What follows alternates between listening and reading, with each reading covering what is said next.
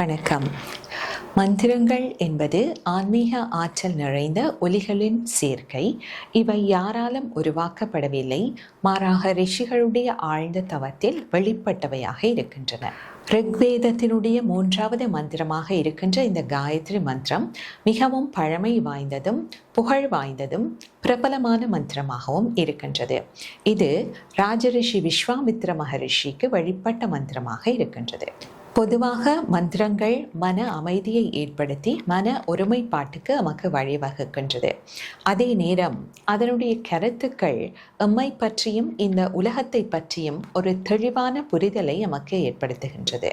காயந்தம் திராயத்தே இத்தி காயத்ரி மந்திரக, அதாவது தன்னை ஜபிப்பவர்களை காக்க வல்லது காயத்ரி என்றும், காயத்ரி மந்திரத்திற்கு மேலான மந்திரம் இல்லை என்றும் சாஸ்திரங்கள் பகர்கின்றது. ஓம் பூர்புவஸ்வஹ தத் சவிதுர்வரேண்யம் பர்கோ தேவஸ்ய தீமஹி தியோ யோன பிரச்சோதயாத். அதாவது பூர்புவ சுவ என்ற 3 லோகங்களையும் பிரகாசிக்கச் செய்கின்ற அந்த சக்தியை வணங்குகின்றேன். அந்த மேலான உண்மையை உணர பரம்பொருள் எமது அறிவை பிரகாசிக்கச் செய்யட்டும் என்று பொருள்படுகின்றது. காயத்ரி மந்திரத்தை உச்சரிப்பதனால் அளப்பரிய நன்மைகள் எம்மை வந்தடைகின்றது.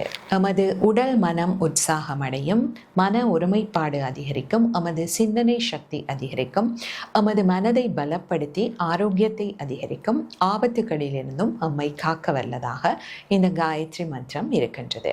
இந்த மந்திரத்தை ஆரம்ப காலங்களில் அதிகாலையில் துயிலெழுந்து எம்மை தூய்மைப்படுத்தி கிழக்கு முகமாக இருந்து எமது சுவாசத்தை சீர்படுத்தி சூரியனை மனதில் தியானித்து 11 தடவைகள் ஜபிக்கலாம். பின்னர் படிப்படியாக அந்த எண்ணிக்கைகளை 21 தடவை, 51 தடவை, 108 தடவை என்று உயர்த்தி கொண்டு செல்லலாம். நன்றி.